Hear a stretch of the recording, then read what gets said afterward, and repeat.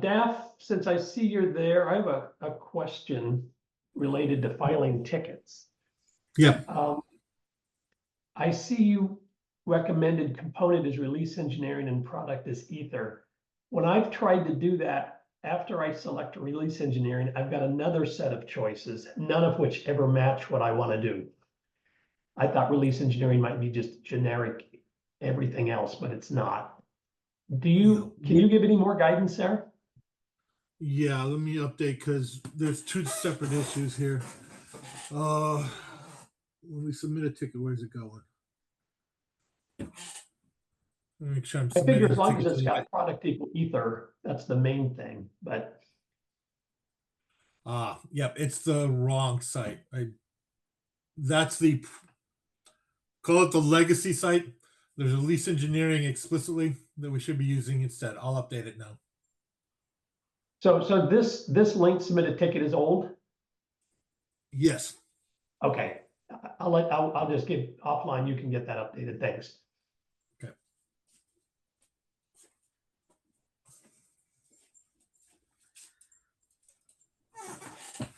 All right, it looks like we have a really good quorum here. Why don't we go ahead and get started?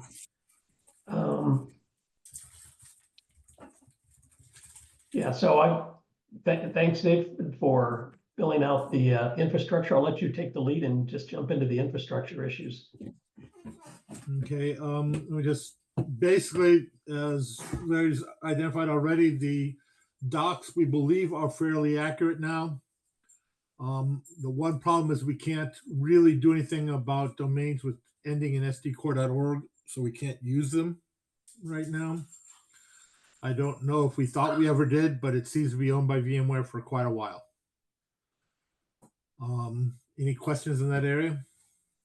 So I think as a general rule, going with the Aether project is kind of the, let's call that the canonical name, and everything else is, extra, it's good to control a bit. Okay. So we can just start shifting there. That comes in nicely later. Rate limits, we really didn't make much project for information sakes. I did put a link in there that has OMIC project Dr. pull counts. Larry, if you want to click that, just for informational sake, these are sorted by number of pulls by repo.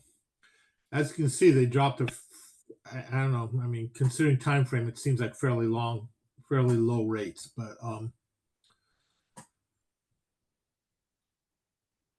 we may need to analyze what's happening there and whether that's what you expect from your dumps. I'll do the other repos or other organizations over time, but I just threw this together this morning.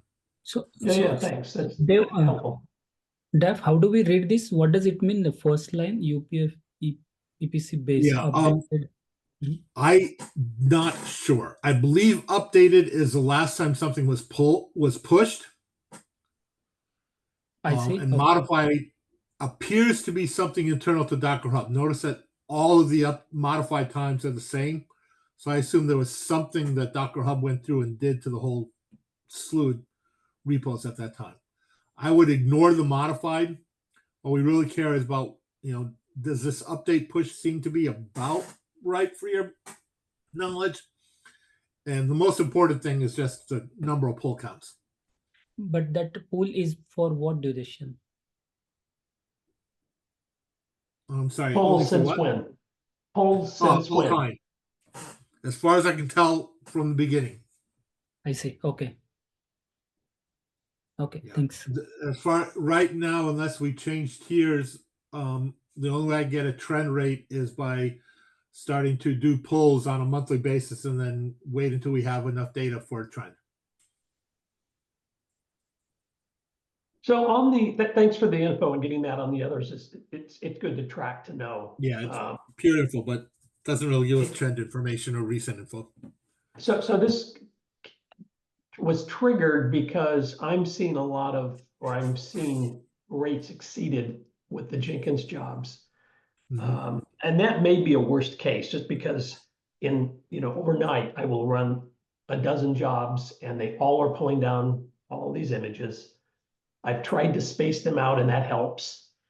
So it's kind of a brewing issue, but I can work around it, and I don't know if anyone else is hitting it or not. But we should, again, we should plan for Yep. how to deal with it. Well, sorry, Want a Dave, better I idea got of a little, why it happens when.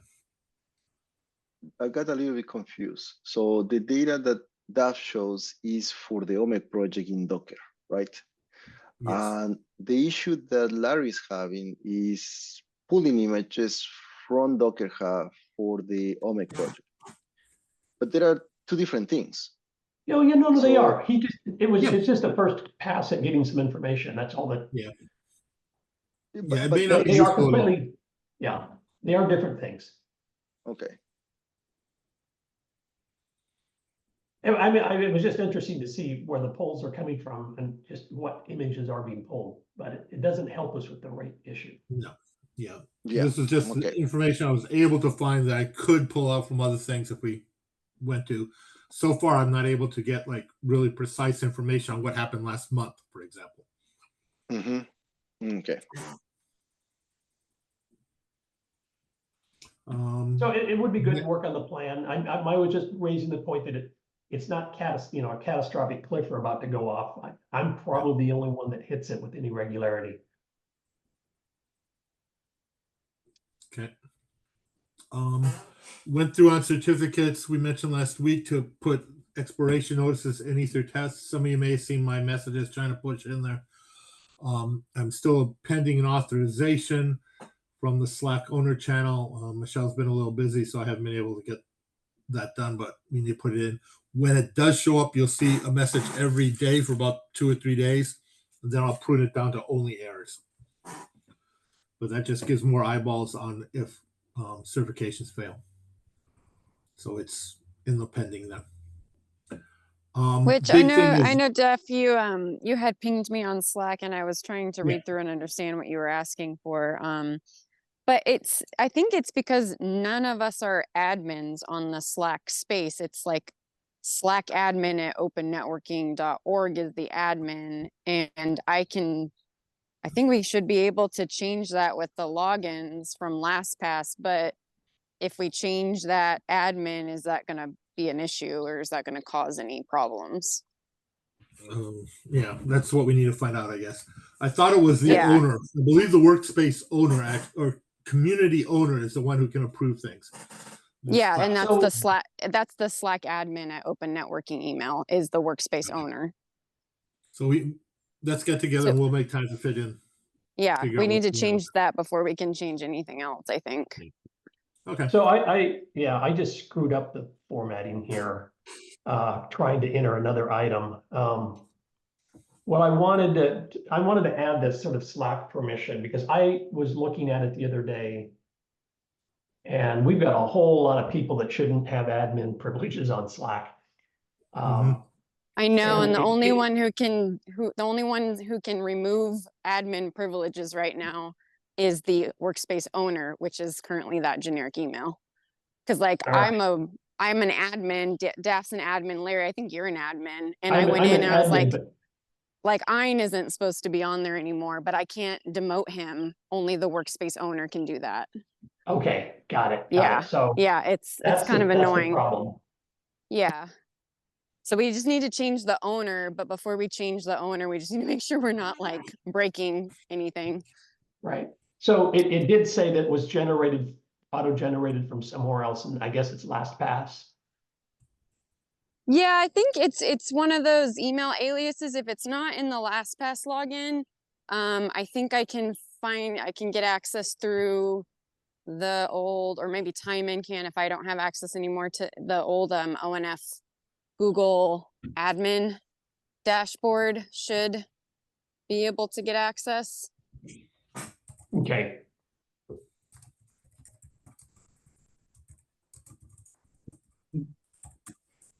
Yeah. All right, so let's take that offline and see what kind of progress we can make on it. Okay. And that you are, workspace, you want to eventually just be Ether, right? Because Well, P4 that is would not be really my- using it. That would be my preference, yeah. Yeah, because Okay. P4 is not really using it, and I think Volta also doesn't use it a ton, but they can set up their own space. They're a Um, minor user, I believe, but yeah. Yeah, it's largely Ether, so I think we should just keep that workspace Ether and rebrand it as such, and then get Slack set up for the other folks if they want them. Okay, good. I've been told that we need to talk to Heather to figure out the easiest way to convert everything to make sure it's LF fully maintained as opposed to straddling between LF and open networking. Okay, maybe we can get that sorted out at some point this week too, Daph. Okay, sounds good. Thanks. Anything else, Steph? Oh, I'm sorry, we were the going to big- hit the DNS sites. Yeah, DNS sites. We've got a number of DNS sites that generally have opennetworking.org or something similar to them. Most of those can be cleaned up without anybody noticing, basically. You know, I may have downtime for 10 minutes, but that's about it. One of the big things, though, is that opencore.org is going to be expire here soon in the next couple of weeks. These are sites that resolved open.core.org. I'm just wondering if anybody uses these in this group. I'm pretty sure Volta uses some of them, but I don't think anybody here does, so I want confirmation. If so, I'm going to change the name somehow. You know. Yeah, I don't use any of these. Does anybody else? I don't know. Is Andy, Scott, anybody, Sean from the old days? Oh. Know any reason? Larry and Duff, aren't you using the charts open court in OnRamp? Okay. Well, we reference it. Do we actually use it? But you are pulling it, right? I mean, there is no need to pull those charts from there. Well, right. So we're pulling from it, but I don't know that we're pulling from it with purpose. But you're okay. right. You're right. So charts. I don't know how to mark this here. Maybe I'll make it bold. That one's, we need to check. I believe it should be removed from the 5GC dependency. So I don't know why it was there in the first place, but for now, if you take this away, you know, the core is not going to get deployed. So at one time, the charts for Rock and SD, at least Rock, were there. Probably just Rock, but I believe those have all moved.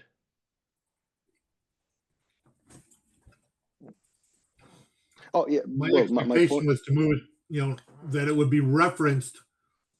It's basically to duplicate it and then reference it by charts.etherproject.org or, you know, charts-whatever. So it just have a name change. It'll still be present. The data will be, but they'll be on a different site. Right. Yeah, and So I think that's the problem that's the problem the OnRamp is going to have. So as soon as you change the point here is we have a reference to it. Point one is I don't think that reference is meaningful. It was a cut and paste reference. I agree with you. Changed. So if you're operating on a very short notice here, you said a few days or something. End of next week. End of next week. Okay. All right. I'm trying to figure out a way to note this. That's the one that needs attention, and I'll help you with that. Okay. But none of the others. So the rest of this, I think, can go, right? From our point of view, I do believe 2 of them were used by Volta, so I'll be working with Eric to check. Okay. Okay, thanks. All right. On-ramp. Just real quick, we're just on the topic of infrastructure. Is all the Ether repos completely switched over to DCO now? So they're not using EasyCLA anymore? Mm-hmm. I believe so. Got it. Okay. They were just checking because there's some stuff we're finding that redirects to creating an ONF ID, and I know the CLA was one of those things, and just making sure that that's not a factor for Ether anymore. I The do not only think way it's a factor is if anyone is using the Garrett repos, which I don't think anybody is. correct. We do use DCO. We do not expect, we don't have CLA checks anywhere in the GitHub Ether repos. Okay, great. Any other infrastructure?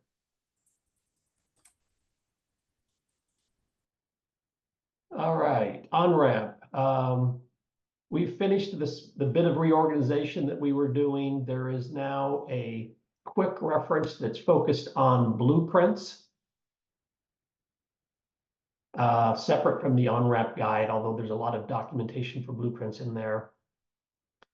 One, it's to draw focus on blueprints, and two, it's a quick reference. It's just the facts.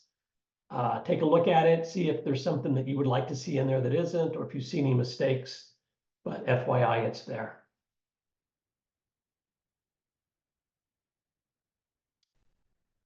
All the Jenkins jobs for integrating all the blueprints are now working, with the exception of the multi-UPF, and it's partially working, but not completely at the moment. But once we have that, we'll have all blueprints verifiable.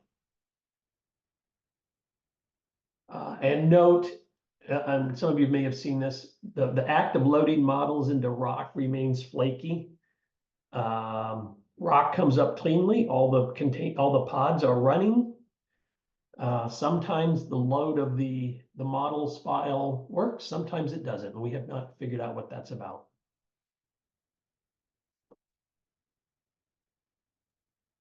So Larry, what is this feedback? I mean, who gave this feedback? What's Those that? those 3 lines you have under the on-ramp, Yeah. is that something you have tried, or? I'm sorry, you referring specifically to the third bullet? Yeah, okay, third bullet. I mean, loading models into Rock remains flaky. I mean, like, is this something you have tried, or somebody from the Oh, community? yeah. There are, anytime that you run Ether standalone faults, the models are loaded into Rock. The models loaded into Rock are then passed along to the core. The Okay, step of loading models into Rock sometimes fails. okay, now understood. Yeah. And it's completely inconsistent. And I for a while I was suspecting that it failed if Rock was turned around and actually communicating with the core, as opposed to, you can always load models into Rock and no one's paying attention. You know, everyone's ignoring Rock. That is possible, but I don't think that's the explanation. Okay. It's just an FYI. Yeah. Okay, got it. Larry, probably along those lines, should we also add another bullet point about the issue that a iOS team was kind of like indicating when deploying the core with the Rock and then doing a reset for the 5GC, the network doesn't come back. Yeah, there are a couple of little cases like that. So I forget exactly what the scenario was. After resetting the core. So deploying the core using Rock and then resetting the core, basically all the end-to-end tests fail. All right, when Rock programs or controls the core, a core reset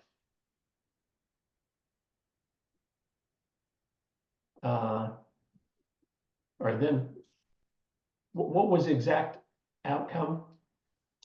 So after the core reset, and if somebody wants to run an end-to-end test, basically it just fails. I was kind of like I think quickly. there is an update on this. Specifically, what happens, the core resets, because all the management information that is pushing to the performance parameters, that is failing. We can't get any performance parameters once the core is reset. So it's also true for performance, not just Rock. Yes, but it's working. But as such, core is working.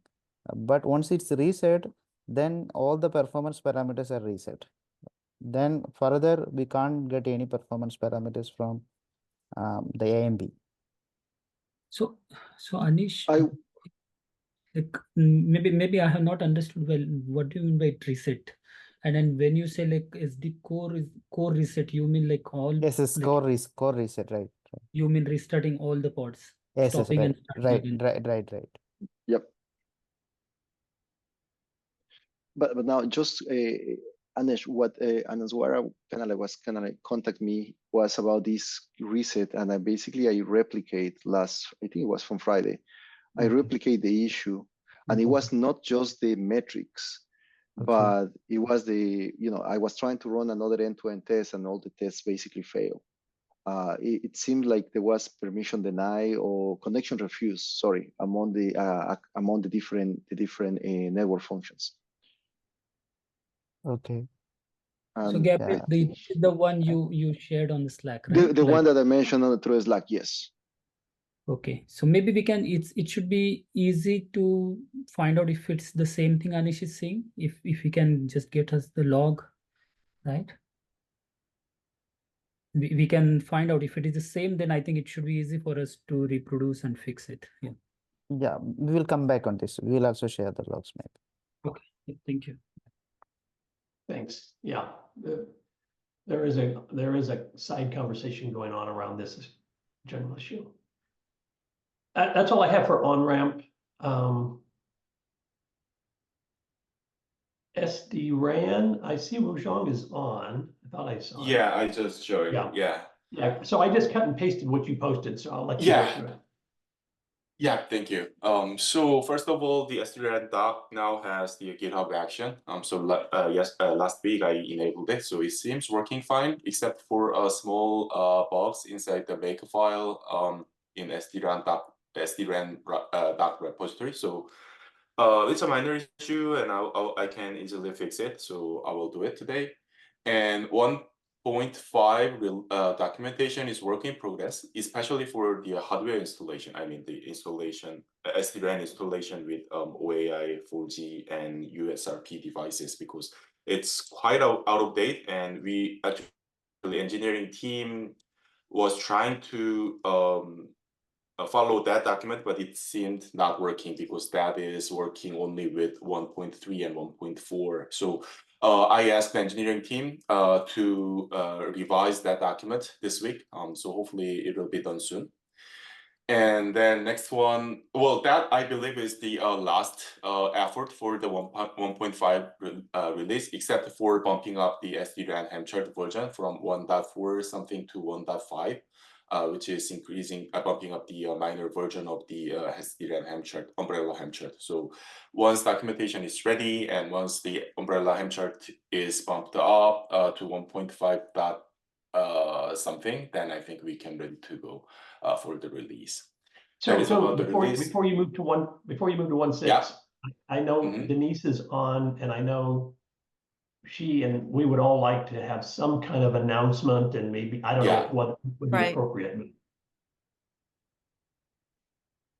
So just think about that. I think get the release out, but we would like to tell people about it. Yeah, of course.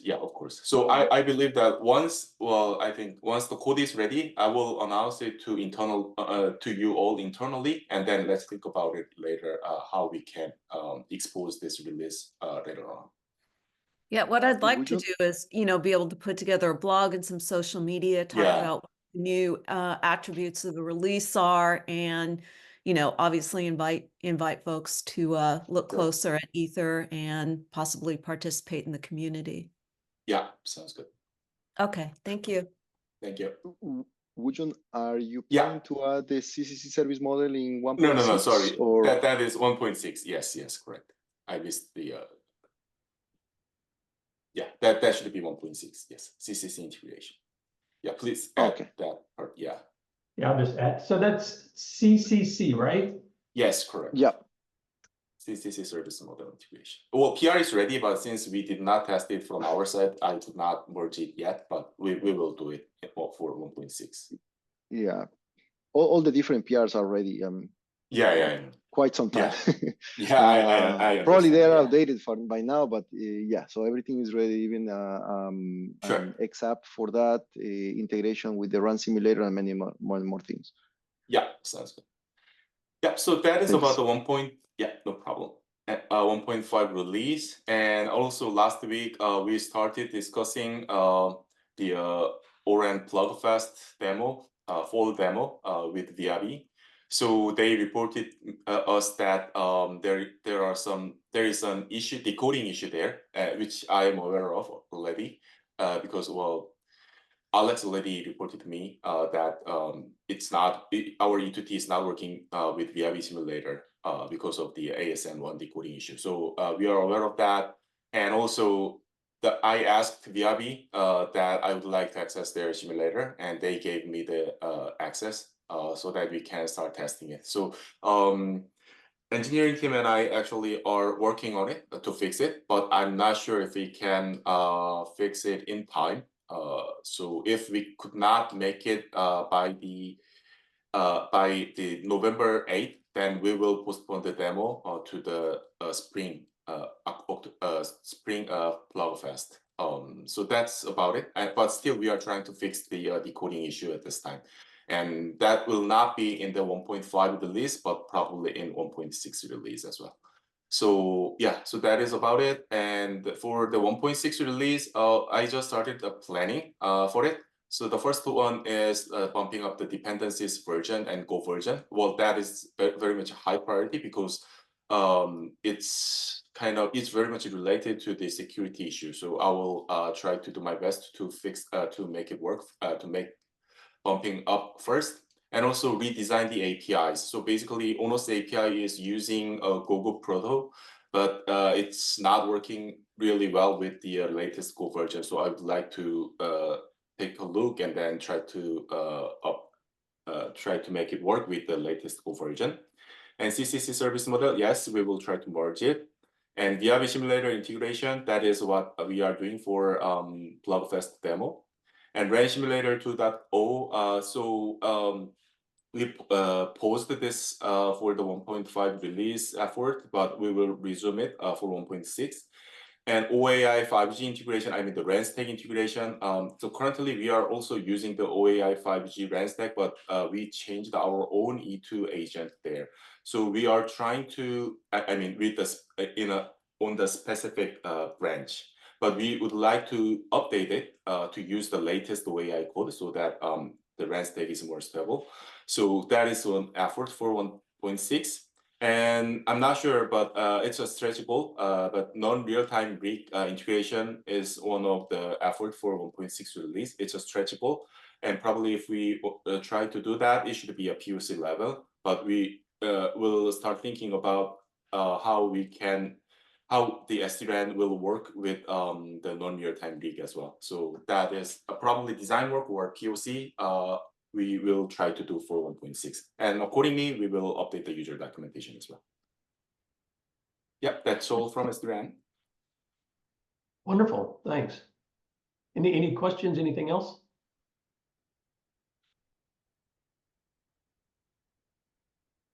All right. Gabriel, I see you've added some things to the core section.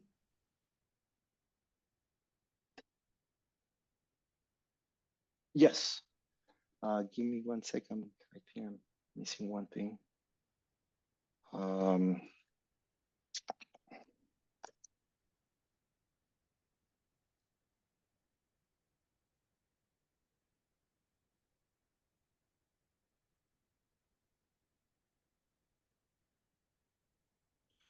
Yeah, so we did a few things, including for the case of the NAS level, we enabled the SOOK algorithm for integrity and encryption. That's kind of got merged and is also already integrated into the NAS module or NAS package, and that it's already integrated into the AMF and GNOVSIM components. On top of that, we're enabling the HTTPS communication across the service-based interface. This is something that we have been used unprotected communication so far for the service-based interface, and by default, now we are enabling TLS. There is a PR open for the Helm charts with all these changes. It is as a draft at the moment, but I have tested and everything is working fine. There is, HTTPS communication as required by 3GPP. I'm just kind of like having as a draft at the moment to see if I can go one more round and make an improvement on what is already there. Then besides that, we also kind of start merging some PRs from issue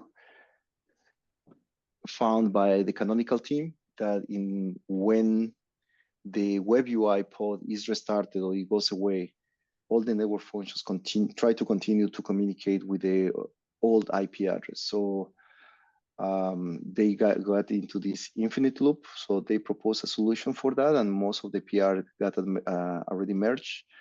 However, there is one PR for the UDR that is still open because when I'm trying to run the tests, all my tests fail just with that specific PR. So we are trying to debug with the canonical person, trying to debug the issue why this difference, because on her side, on her test, all tests pass, but in my local deployment, all tests fail with this specific PR for the UDR.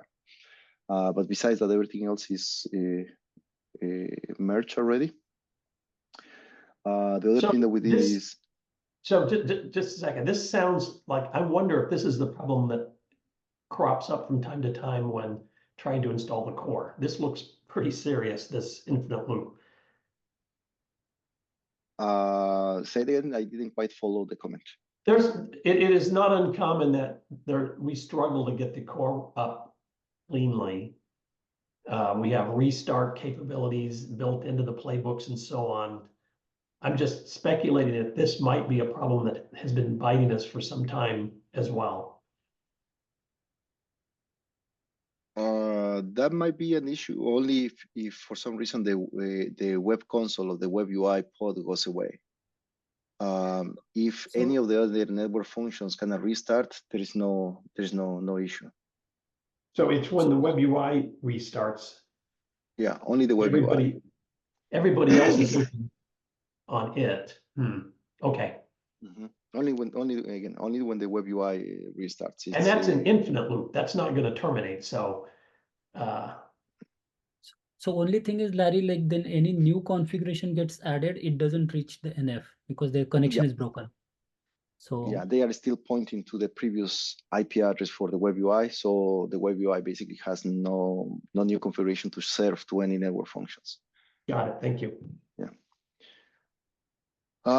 Yeah, so that's regarding that infinite loop that got again resolved. Then on top of that, we're going through all these different PRs with the cleanup of, as part of the GitHub Actions, the Golang CI linters that we're using. There were many that were kind of like either deprecated or something like that. So we basically just kind of update the Golang CI file to use the linters as whatever is active or as the newer format for the Golang CI linter specs. Another kind of like a thing that was kind of enabled for the web UI is the canonical team enabled this capability for authorization and authentication of users when they connect to the web UI. So they added this capability in there, and it was merged as well. Ajay, I don't know if you have anything else on the core. This is what I remember. no, I think mostly my time has been going into reviewing the code.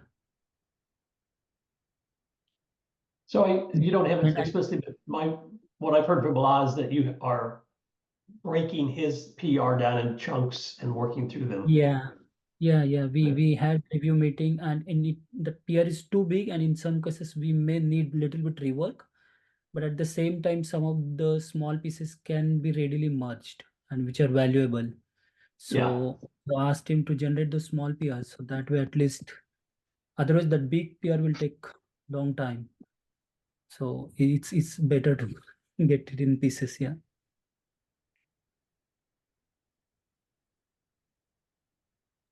Yeah. And my UPF adapter code is still in progress. I could not find time in this week to complete that code, like adding the statistics support in UPF adapter. So that's still in progress. Okay.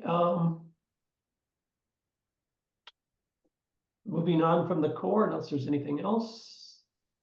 So I see ARA, you have a bullet, and Suresh, I see your notes in the chat. Is it okay if I cut and paste that into the? Yes, Larry. Yeah, I would like to capture it here. I somehow I'm not able to edit there, so that's why I just pasted here and Got just it. capture it. I will.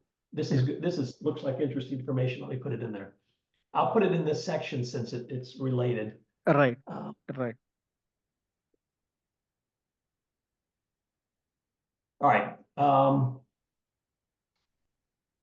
So whoever wants to pick it up from the ARA side. Yeah, so this is Etienne. So yeah, last week I'm working on the SD run to make it work with OEA and SDR on our side. Yeah, I think right now the rig connected to our OEI Geno B and also the SDR, but still there is some issue, some small issue when it connect to the NRUE. Yeah, I'm still debugging this part, and I also see the documentation is kind of update.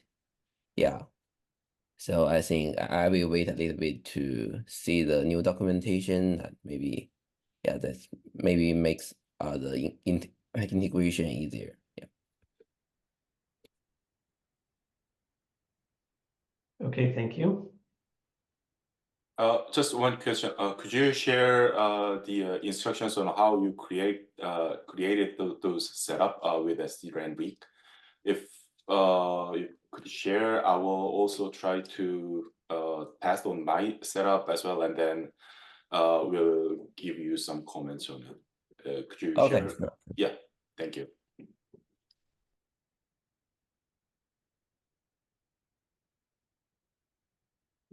All right. All right. So we have some performance numbers here from trying to debug the performance problems with the Ericsson G Node B. Yeah, Larry. Go ahead. Interesting. Larry, we last week, thanks to Joshua, he had a setup to provided and in order to investigate what's going on. So first, we would like to understand, our setup is fine or not. So we did couple of experimentations with that. So that's what we have captured in summary here. So the first that we tried is with the UERAN SIM, we tested against the Aether SD core Joshua deployed there. So we were able to get around 1 Gbps uplink and downlink. There is no issues, and this is the UDP traffic we tested. So the next step we did is we would like to try with the Ericsson G Node B, and we were getting around in uplink 110 Mbps and downlink 144 Mbps. So, and we did the same test against Open5Gs, and we are getting around the same range only. And we would like to try the TCP test, and Joshua were able to test using the FastTown tool, and he was getting around the same 144 Mbps.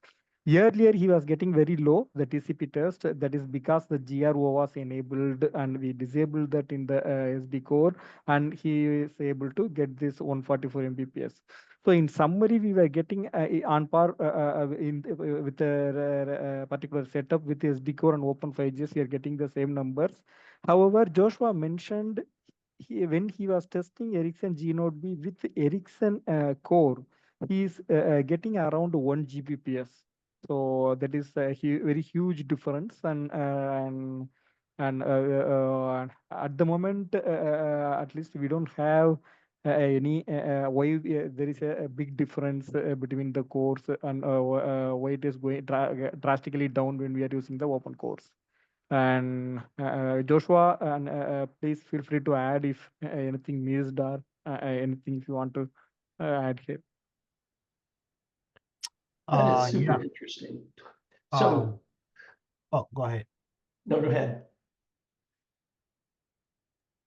Oh, yeah. So yeah, I think that's right.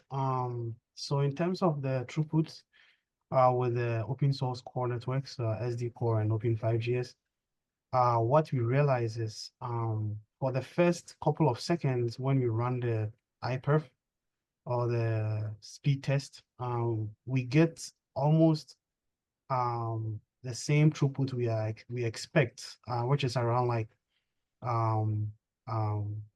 700, 800, even though, I mean, we don't get like up to the 1 Gbps we have seen with Ericsson Core, but we get up to like 800. But the thing is, in between, we see some packet drops. So the throughput like kind of drops to 0 for a couple of seconds and then ticks up again.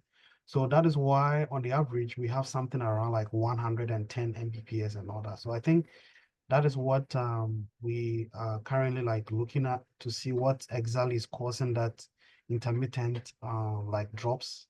Yeah, so I think that is that is what I can add to that. But yeah, based what Suresh said, everything is that is correct. That's right. So there's a packet drop that happens, and that understandably costs you throughput because you're running TCP. And that drop happens with the Ericsson Genode B talking to our core and other similar cores, but when Ericsson radios talk to Ericsson cores, they avoid that drop. Yeah, that's correct. Yeah, that's curious. And we checked our SD core for a possible drops at the entry points, and we don't see anything in the UPF plan and the ports. But the drop, what Joshua mentioned here, is when the hyper sends the packets, and we don't know at what point it is dropping. It may be dropping at a different modules or kind of an devices. So and that's what we need to see. At least we checked with the SD core and we don't see a huge drop or anything at the BSD level. So we need to understand, is there anything else happening during that time with respect on the Genode B side and anything else possible? So we need to see that. Yes, sure. I think we can have a meeting. We can talk to the Ericsson folks. If they may also be available so that we can kind of like troubleshoot the end-to-end, like from the UE through the Genode B to the core. If probably Right. maybe the packets are being dropped in between the core and then the UE. So yeah.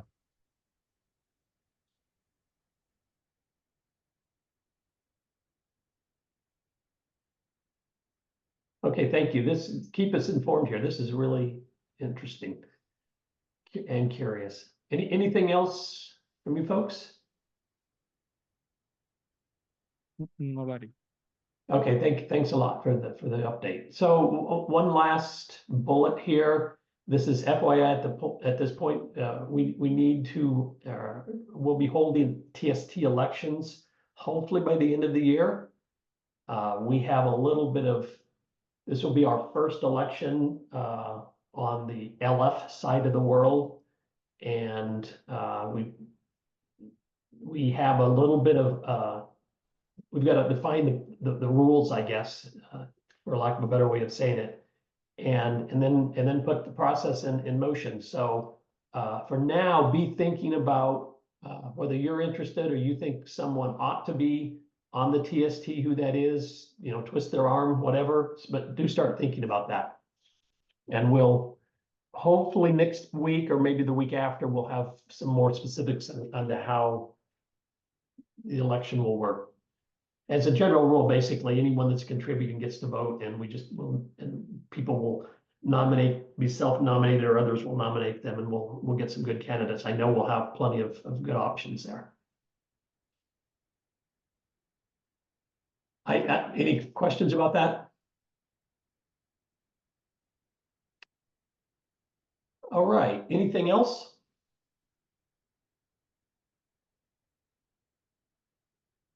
All right, thanks, everyone. See you next week. Thank you. Thank you.